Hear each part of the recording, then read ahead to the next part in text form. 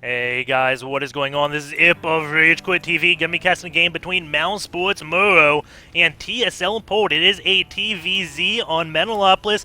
They are spawning close by air positions, which means that Polt probably won't be going for any Marauder Hellion aggression, just because it is so easy for the Zerg player to get a great scout on the Terran player, and also 2 Raxes don't really work when a Zerg player gets in close by air, because any good Zerg player will be able to fly over your middle line with that Overlord, count the SCVs, notice one's missing, and then know instantaneously it is a 2 Rax play. So from Polt, I'm expecting some type of straight up standard opener that is just overall safe, and that would be the Reacted Hellion opener into an expand. Morrow, on the other hand, he plays both Terran and Zerg in this matchup. When his opponent is Zerg, he tries to play Terran. When his opponent is Terran, well, he goes to his main race, which is Zerg, which just means he has a great understanding of this matchup, and he would definitely be able to get a great scout on Polt. I don't think Polt will be trying anything sneaky. This game is played on the NA server, and Polt currently residing in Korea, as he did say, and Morrow is currently in Sweden, so both of these players do have a little bit of a latency issue. This is the, I think, ESL or maybe MLG version of Metalopolis, so we do have observers in here. I don't know what this is from. I don't recognize any single one of those observers, so I cannot even guess. Morrow is going to go for that 15 hatch, and his Overlord is going right on to Polt's base. The first Overlord looks like though it has gone a little bit of a cross position, which can be a huge mind game to Polt. This Overlord getting into Polt's base a little bit later may tell Polt he may be cross positions, because the Overlord just is coming in so late. The Overlord is going to come in, see this one gas, and then know immediately that is going to be some type of Hellion opener, and the standard response for Zergs on Metalopolis is to go for 2 Spine Crawlers, where you get one up at like 510. And the second Spine Crawler comes a little bit after that. The reason behind that is you need 1 Spine Crawler to deal with those 2 initial Hellions, which should hit the base around 540 or 550. If you throw the Spine Crawler at 510, you will be safe against that. However, when there's 4 Hellions, you have to get another Spine Crawler up, because just 1 Spine Crawler and 1 Queen cannot protect this ramp perfectly. You make one mistake, Hellions get up into your main, and against a good player, Hellions into your main is just GG right there. Of course, they don't call it unless they're Idra. They will try to play it out, but the win rate is just absolutely horrible if Hellions do get into your base. This one Overlord is just hanging out, sees the gas, the Overlord is not spotted. SCV ready. And Polt is not... Is he going to be going around his base looking for the Overlord? It looks like, yes, he is. He will be spotting that, and he will be hitting it at an angle, but it looks like Morrow kind of knows about this Marine timing that Polt is coming out with the 2 Marines, and already getting his Overlord a little bit to safety. And now the Overlord does get shot. He should just immediately turn that around. There we go. It should live. The Marines may get right here, get a few more shots off, but the Overlord is going to live. Good timing sense of Morrow, and we'll see when he gets this 1 Spine Crawler. It should be around 510. His Queen does come out, and if you don't go for 2 Spine Crawlers, you have the more popular opener now, which is just to get 3 or 4 Queens. And it looks like that's exactly what Morrow is going to be doing, as another Queen does come down, has one building at his main, so he will be getting extra Queens. He's actually going to go up to 4 Queens, which is very, very popular nowadays. That is the new normal in TVZ. And the Spine Crawler going to go at 517, so only about 7 seconds late there. Do have the 2 Hellions on the way for Polt, going to be stopping at this 1 watchtower, and this does take away 2 seconds of their time, and that is important just because the Spine Crawler is not complete yet, and you see the Hellions getting here just a little bit before the Spine Crawler does complete. If Morrow threw that down at the time I said, it would be pretty much completed right now, and he would be able to have the defense, but he got it a little bit later because he did go for these extra Queens. Going to put his injured Queen up on this ramp. That may be transferred over to the main, maybe swapping it for the higher HP Queen. Going to be laying down a creep tumor right here, which means Morrow can try to expand the creep down here, right in this area. Lings are going to get toasted. He doesn't have speed just yet. The speed is just about complete, and we do have Morrow no longer mining from that gas mine. A little bit extra, going up to 76. Now putting guys back on gas, it looks like. And yeah, only 1 guy back on gas, it looks like, so he is starting to mine that gas again. That is going to be his lair timing. That gas is going to be most likely used on a lair. We do have Mouz throwing down his macro hatch. Generally, Zerg players like to go on 3 hatches before getting the lair. Sometimes you do see them go on 2, but going on 3 before lair allows you to produce a lot of units. And even getting the macro hatch this early just means he can produce more drones because he is not oversaturated at either of his bases yet and still has a lot of gas to be taken. This one base is actually a little bit too many drones. Mouz is going to go on for a counterattack, but this macro hatch just allows for missing injects slightly, also allows for just building lots of drones and lings, putting on a lot of pressure, which Mouz is doing. Does take out a few SCVs, but I don't know if it's worth it. He's losing quite a few lings going in this lost step. We do see Mouz losing more than Polt. Does bring these Hellions back a little bit, which means Mouz does get creep spread up. That spine crawler going to be moving. That is a little bit risky, but again, Mouz has the extra queen, so this isn't that bad. Why is it risky to move the spine crawler right here? Because it's no longer protecting this one base, which means the Hellions could abuse going over here, going up through the high ground, and going in behind that spine crawler. Additionally, I'm not sure how far away this is. If the Hellions are in like position right here and they attack the spine crawler, they may also take out a creep tumor, which could be a mistake. Something that a lot of Zerg players are trying to avoid, putting queens on top of spine crawlers. And I mean, not on top of spine crawlers, on top of creep tumors. And another thing, putting spine crawlers away from those creep tumors because they can easily get taken out by just mistake. Polt does have a handful of Hellions. Is going up for Marines, and Medevacs does have stim, and looks like he is going to be moving out as that stim does complete 1-1 on the way for Morrow, and he is going to be taking that third base right now. And the Hellions just going to be hanging on out until the Marines come. Once the Marines come, he's probably going to scan, take out this Overlord, kill a lot of the tumors, and uh-oh, these Hellions are going to get surrounded. Big mistake by Polt, leaving those guys unprotected. Now this Marine Hellion timing is going to be absolutely ruined by Polt, and that is pretty darn big because Morrow is just taking this third base. Keep in mind, does have this macro hatch. So when that hatch does complete, he's going to instantly be able to build a lot of drones to completely saturate that base while getting lings at this point in the phase to defend against these Marines and Medevacs. So right now you see Morrow building lings, and that is just so he doesn't die to this small aggression, can put some little bit of pressure on, try to keep Polt from taking his third base, which he is doing right now. Marines are going to get lifted up in the Medevacs as the Queens were taking those out, just wanted to get away. And now Morrow should be putting on a little bit of aggression. The hatch is just about halfway, so there's going to be one more production of lings as he is doing. And the next production will be like 16 drones to saturate that third base that Morrow has just thrown up. And here he goes, going to go up into this third base, deny this just a little bit. Is going to get a cancel off on this orbital command. It looks like unless Polt can defend this with his Marines, it looks like Morrow not sending all of his lings. A little bit of a mistake there. Now he is going to be backing off. The cancel does not go down. If those lings came up immediately, I think he could have had that. Medevacs try to come in, but it looks like Morrow did have that eyed out with this one Overlord. This one base is up, and we will see now a big drone pump by Morrow. There goes the 12 drones, and he can do that again because of the macro hatch. That is just such a good thing to have. And I like seeing the macro hatch when you can't take the third base right away, again, because it allows you to produce units up to the time you do get your third base. As soon as you get your third base, you can saturate it on up very quickly. So the macro hatch definitely is a beneficial thing. Also, if your queen is high on energy like Morrow's is, he can just use that to do double vomit, so double injects, and get that energy back. And that one queen being at 75 energy, I don't know if I like that, but he does have an extra queen, so maybe he's cycling that 1/4 queen around his main. Going up to this. No, he only has 3 queens. One of them did go down. We do have Morrow going to be putting on a little bit of pressure, but it looks like Polt is ready for this. Does have the bunker coming up. Morrow is getting 4 banelings right now. Does he have that baneling speed? I believe he does. Yes, he does, and we'll see if Polt can catch this. Going over here, so he is one. We'll keep an eye on Polt's vision. Soon as these banelings do go, here we go. Looking at his reaction, we know those banelings are going up into the middle line. He does see them. His camel was right there. Does pull away, loses 1 mule and a handful of SCVs, but not a huge loss for Polt right now.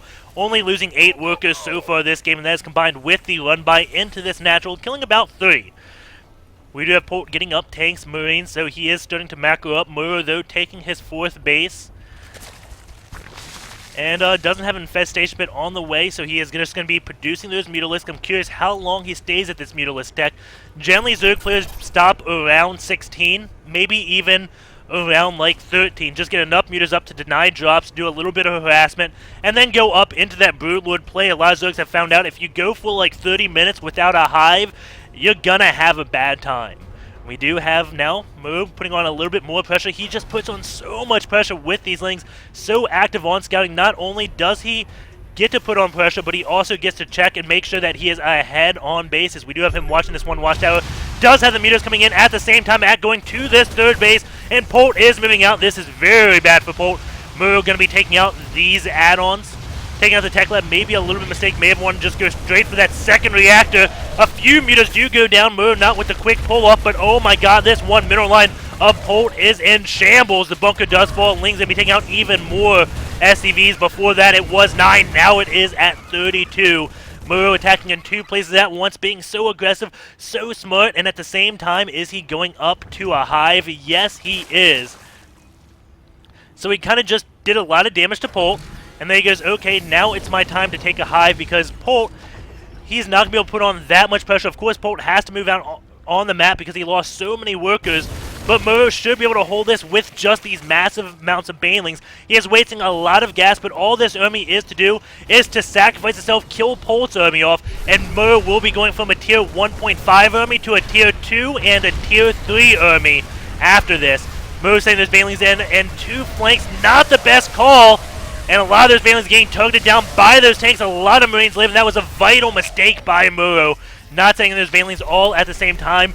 Can't kill off the entire army of Polt, and now Polt is moving up. Mouz in a lot of trouble. Getting more Lings at Passion Lands is finished. I don't know if he has any infestors out. Lings are going to come try to surround the Marines. Tanks not in siege position. Good baneling hits do go off. All the Marines are down. These Mutas are going to be able to clean up those tanks while the Lings finish the Marines.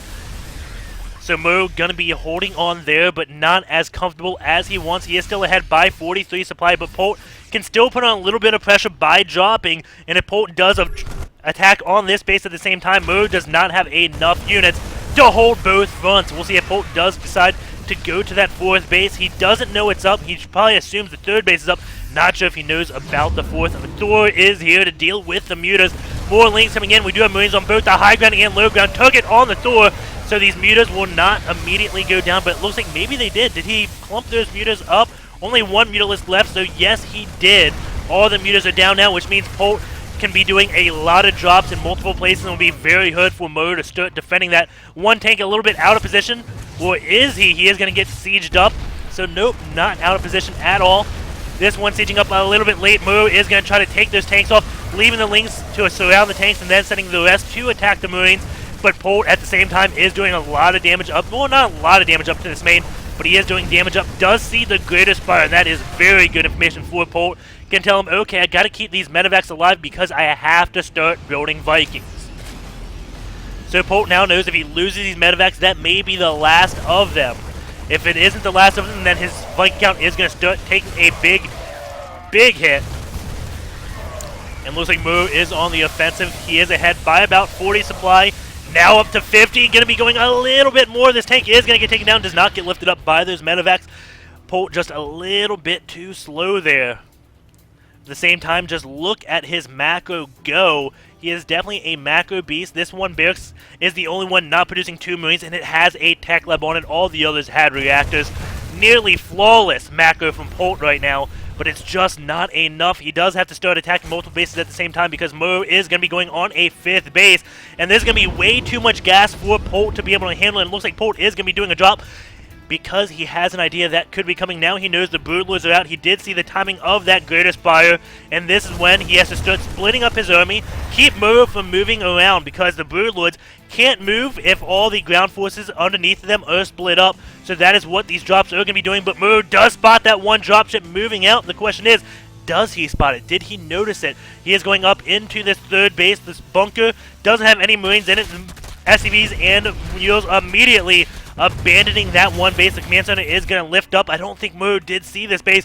Medevac is going to come, and this one base is going to be forced to be canceled. Mouz cannot see that one drop. Ling Zero coming back. Maybe he did see that and knows he can get back just in time. This one base, though, may have to get canceled. Will it get canceled? Lings are running by. We do have even more Lings. Mouz now trying to save this base, but it's going to get canceled, and Polt is going to have to lift up. But putting those Lings out of position does mean Polt can move up on this left side of the map. But Mouz now does have Broodlords, and this is going to be hard for Polt going into this. We don't have him building any Vikings whatsoever.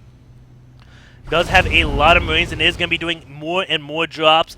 Just going to abuse the immobility that Morrow has at this time with just Ling and Fester. That's all he can really do to deal with these drops. I suppose he could move Corruptors around to try to snipe drops, just Corruptors just are nowhere near as fast as Mutas. These Marines are going to get cleaned up. We did have a drop over here that looks like it did get cleaned up as well. But these tanks have done some damage, not tremendous amounts. Morrow has kept his Infestors alive, which is definitely key. Has Lings and Infestor on patrol, it looks like, just waiting for a drop to come, because this is the avenue that Polt wants to come in to drop to take out this hatch, because every time this hatch does get sniped, it throws Morrow 400 gas behind, because that is about the amount of gas you would be mining in the time it does take you to build a whole hatchery. I think it's actually like 360, 380. But you won't be building that hatch instantaneously. So it's around 400 gas per hatch snipe. And that is definitely something that Polt needs to do now to keep the Infestor and Broodlord count low. We do see Morrow getting some Banelings out. That is a little bit odd at this game. Maybe they're going to be bird around the map, take out Marines, or maybe after Fungal Ghosts come, he'll come barreling in with those Banelings, because he only has 5 Infestors out on the map. This one drop is going to be coming in. Lots of Marines here. This Infestor, though, doesn't get any Fungal Ghosts off. Polt has a brilliant split on his Marines and Morrow forgetting all about that. At the same time, Polt is going to be dropping this main base. The drop aggression from Polt is absolutely a pain to deal with. This Medevac is going to get sniped by the Corruptors. Morrow trying to get as close as possible to the Medevac so he can take both of them out. This one hatch is going to be falling, and if Polt can take out another hatch, this is going to be pretty much the end of Morrow's economy. This one base is getting pretty low on minerals. It has less than a third left in the whole base. And that means Polt takes this base out. Morrow will essentially be at one base of econ. And yes, Polt will be at one base as well, but he will have mules. And you never want to go one base Zerg to a one base Terran, even if you have Broodlords out, because that means if he kills off your Broodlords, you won't be able to rebuild them. And Polt just keeps dropping this one base, denying this base as long as possible. Infestor is out with full energy, and that is more than enough to kill a Medevac or two. Morrow now moving out with his Broodlords. We do have Polt with Vikings now, only 4 out. My apologies, the production tab wasn't up for some time, I think. And the upgrades for Morrow right now at 33. Polt is at 33 as well with 2 attack on his mech. This air is at 1-2. Getting that armor upgrade is critical because these Thors just have so many attacks in each volley.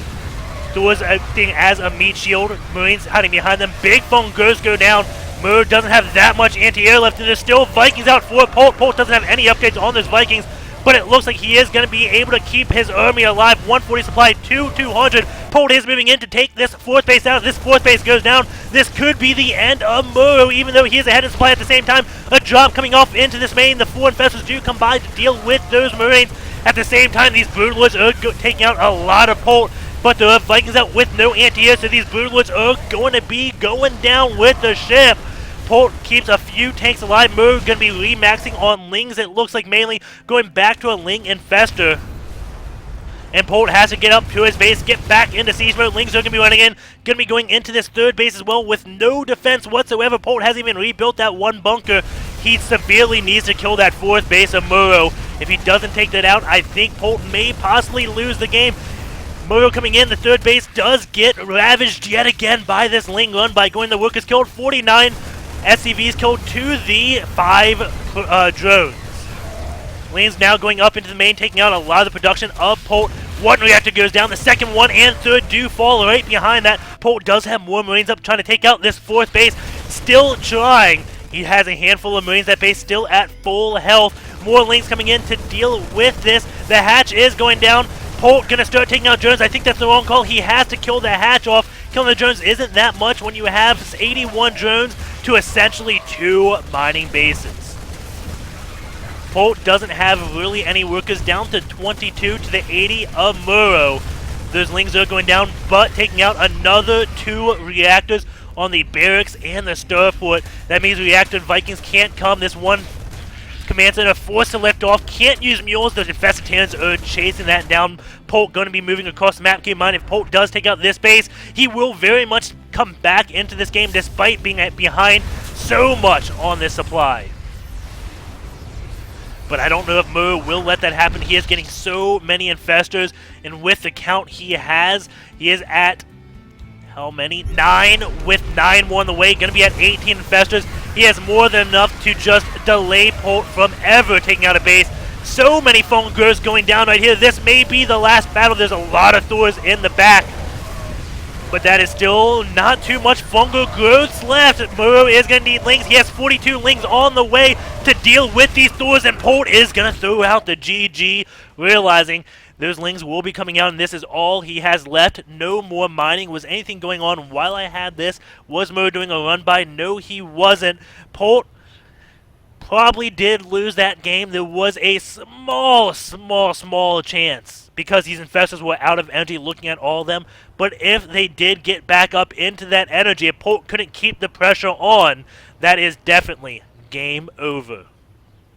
Hope you enjoy the game. We will be going into the replay analysis portion of the cast, which I know many of you do enjoy, and this may be my favorite part. So opening this up right now, going over to this inject. Oh my god, Morrow taking a guess at this at the 10-minute mark. I am going to be guessing 7.4, just based on the way this looks.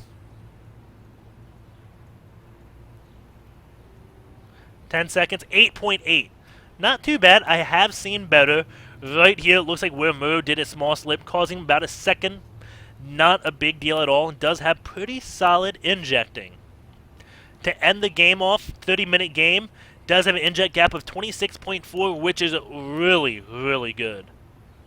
Going over to the APM of both players, we do have Morrow, macro APM of 74. Well, before we go in APM, we'll go to the Terran side of injects. This is what I'm going to call it, the Terran and Protoss. Zergs, they have this. That's good for Zergs. The Terrans, however, have this unit tiers thing. And we can go into this at a granularity of 30. Perfect. No gaps whatsoever. Nearly flawless macro from Polt that game. Going down into a 20. You have a few gaps. This is going to be given. I don't know what these gaps exactly are. If he's not building a Marine at any time between, let's see. Let's go. Let's watch the game at 12:45 to 14. We'll go 12 minutes to 14 and see if at any point Polt isn't building a Marine. And we can see if we can find out if that gap does mean that. And right now at 12 minutes, he is not building a single Marine right now. So that's probably what this portion of the gap, changing this down in the granularity, does tell us. Make sure I'm on this so you guys can see. No Marines. Polt does have money. 710. And not producing anything. So he was near flawless on his macro. Small blunder right there. And you can see all those small gaps. That 20 granularity, that is him just missing one production cycle of units. That's it. That's all it comes down to. One small production cycle missed here and there. And that is extremely impressive. And it's not even missed for that long. Being at a granularity of 20 and the Marines have a 25-second build time. So in 5 seconds, I believe he is going to build a Marine. So we'll go back a little bit, see when they stop, and count how long he's not building a Marine for.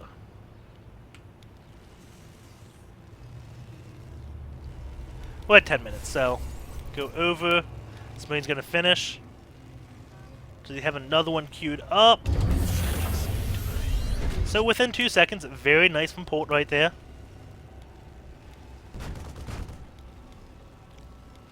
So this looks like it is one of the slip-ups. We have Morrow now putting on the aggression with those Lings. And never mind, Polt is building Marines, so he is doing that at the same time. So right there was about 2 or 3 seconds. So about 5-second gap right there at 11:30.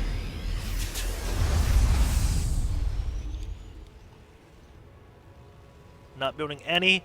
And immediately, right there, up to 5. So he does do this very quick. You can see there's small gaps where he's not producing units. And that, I think, is why we see, when you go down to a granularity of this much at 20, you do see the ever so small periods of not producing. If he played absolutely perfectly, I think even at 20, you could have it all blue when you play a Marine heavy style. But Polt, not really missing a beat. Again, go to 30. It looks pretty darn good. We'll try to go to another Terran player. Let's go to another TVZ. Do I have any Stefano games? No, I don't. Let's see. Replay search. Who is a good Terran? Just give me a minute. I'm going to open up all my replays. Let's go to Taeja. That would be a good one to look at. Taeja and Polt. Let's go to TVZ.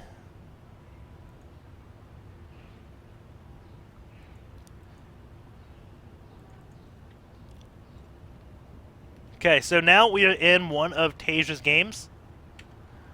In a granularity of 30, we see Taeja missing something right here. Going to a granularity of 20.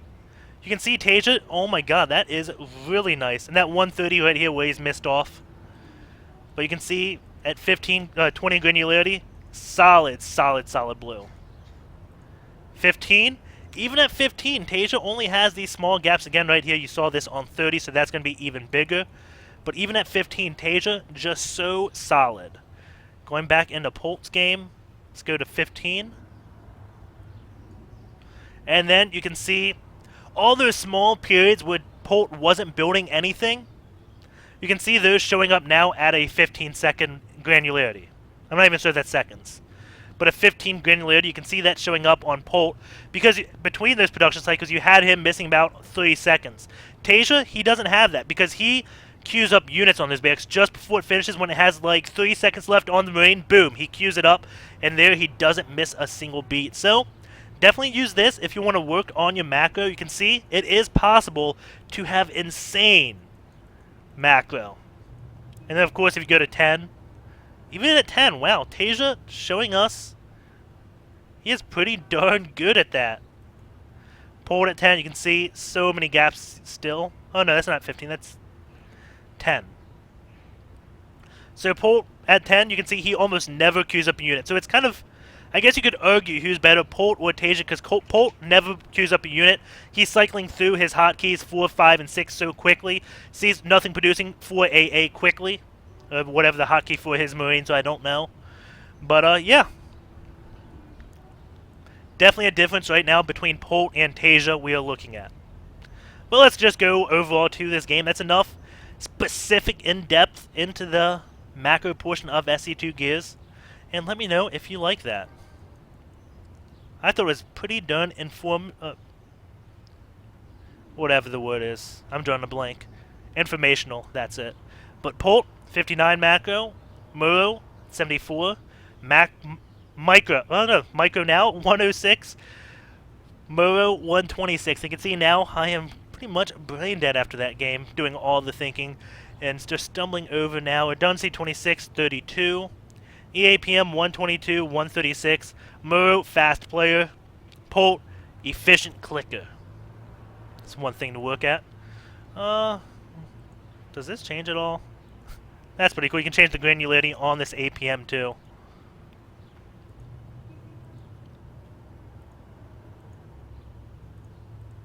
Pretty nice. Oh, let's see. Let's look at the tech used. And we'll end it here. Or units produced we'll end it at. So 2 corruptions, not a big deal. 22 fungal growths. Not bad. 78 morphs to banelings. The one thing Morrow didn't do that game that I would love to see is more burrowed banelings. Has a few burrows here, but I don't really think that was burrowed baneling play. I didn't really see any. 1 call down supply by Polt. Looks like he supply kept himself somewhere.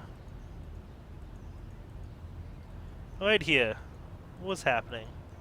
23 seconds, 23 minutes into the game. We'll look at that real fast.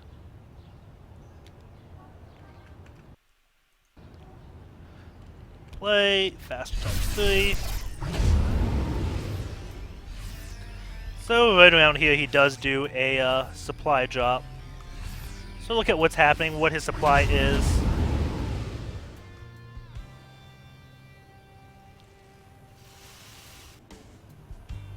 Wish I knew what it was.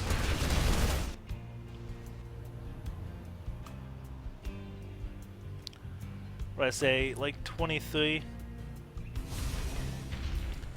Faster times 2.